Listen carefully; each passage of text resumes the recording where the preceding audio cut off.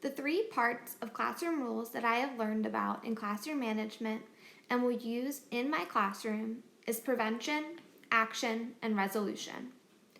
Teachers create rules so that students know how to behave and there are less misbehavior issues and disruptions to the classroom. But it is expected that rules will be broken.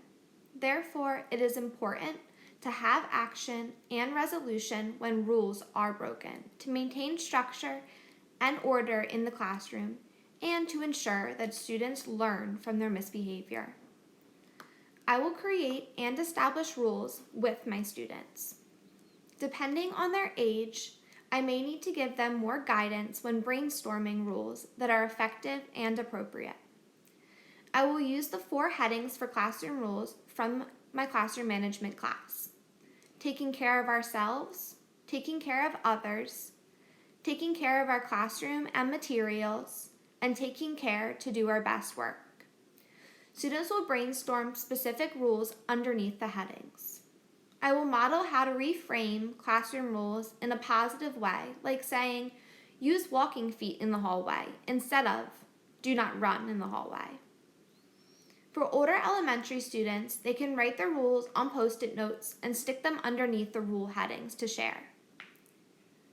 For younger elementary students, the teacher can use large poster paper, a flip chart, or a smartboard to display the 4 headings and write students' rules underneath. With the students' input, we will combine similar rules and categorize them to create fewer all-encompassing rules. Before finalizing them, I will make sure students agree on the rules we have created by taking a written vote.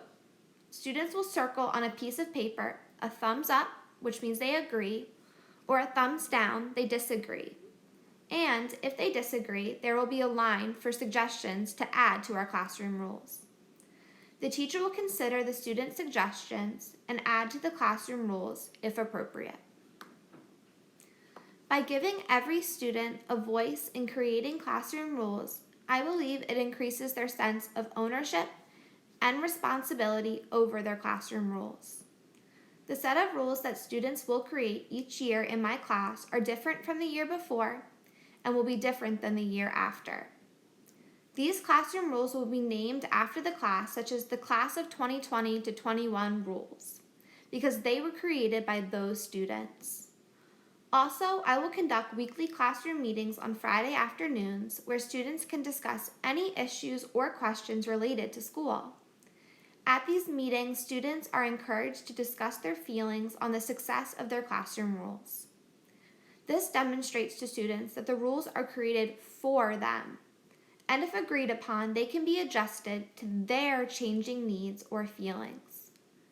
I will post the rules in the classroom where students can easily see them, and below the rules, I will have a blank box where every student will sign their name like a contract. After creating and establishing the rules, the next step is teaching the rules to students. We cannot assume that students know how to execute the rules because they came up with them.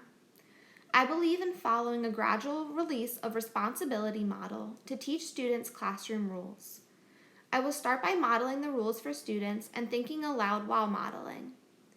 It may be necessary to also model anti-examples of the rules, so students know what to do and what not to do.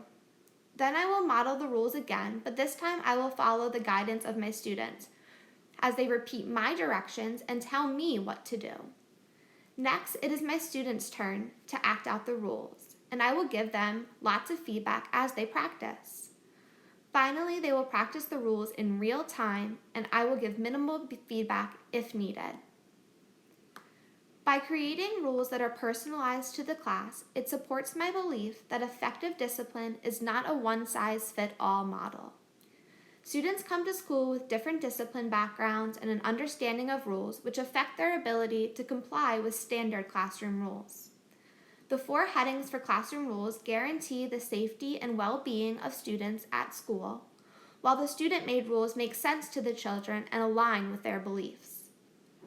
My ideas for classroom rules and discipline are inspired by the book I read for class titled Better Than Carrots or Sticks, which is about using restorative practices. From this book, I learned that student misbehavior can have a better outcome if teachers use restorative practices in their classroom.